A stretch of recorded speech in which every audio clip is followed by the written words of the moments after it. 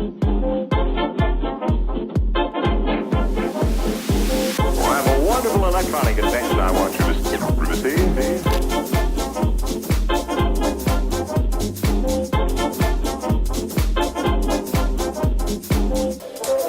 I have a wonderful electronic invention I want you to see. It looks something like this.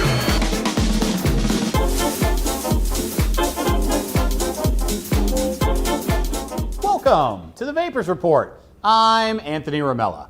Here at the Vapors Report, we provide you with the news you want to know, reviews you can really use, and interviews with experts and idiots. We'll keep our head in the clouds and our finger on the pulse. If you enjoy our show, please subscribe and hit that like button below. Thanks for watching.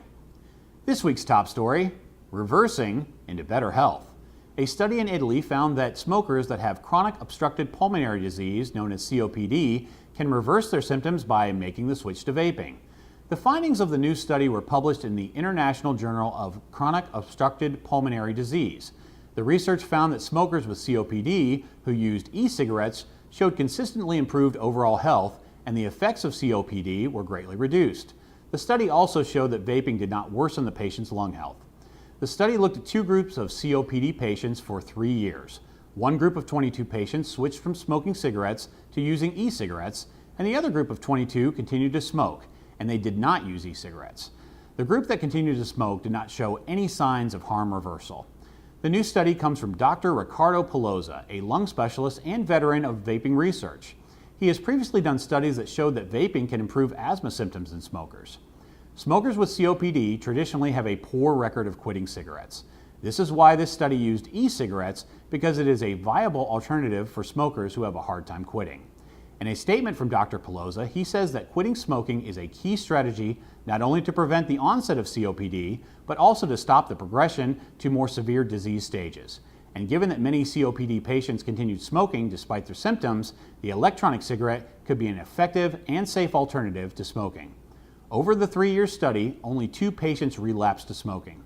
The research also showed that patients who didn't completely quit smoking did improve their health.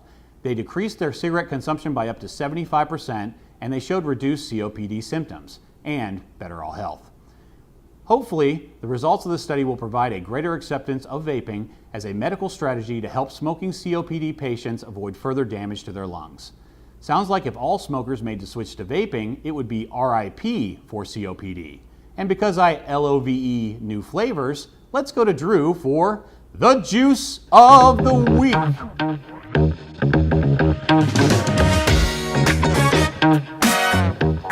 Well, Anthony, this week we pay homage to Mother Earth.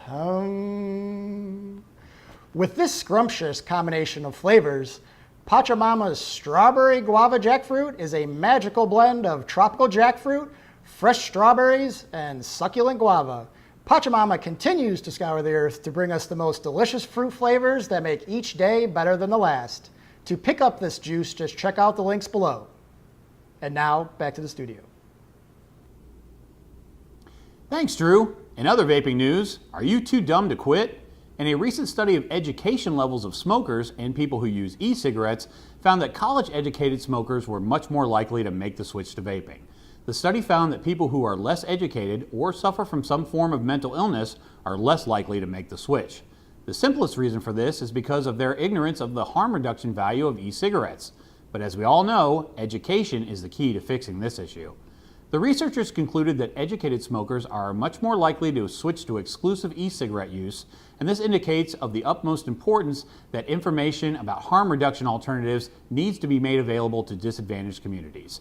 So your best bet is to stay informed, because in this case, what you don't know can kill you. And if you're looking to quit those cancer sticks, then you'll need a new device. So that means throwing it to our product pro, Drew Wiss, for a great new product review. Drew, what you got for us this week?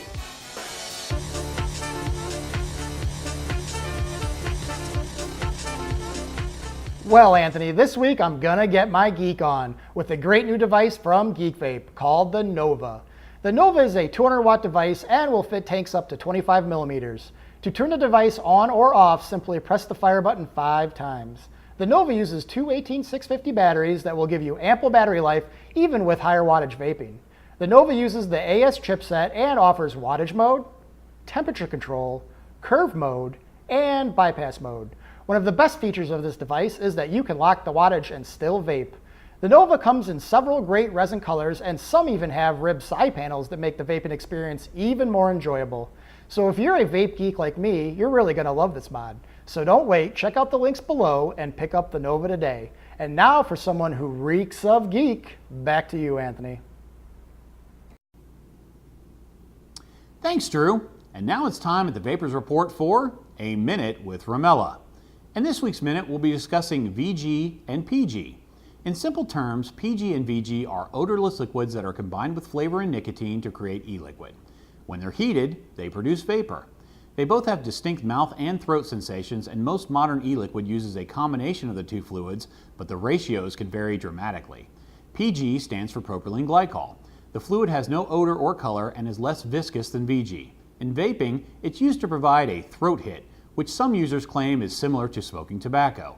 PG carries flavor more effectively than VG, making it the most commonly used suspension fluid. Studies have shown that PG is safe to ingest orally, and the FDA has deemed it safe to be used as a food additive.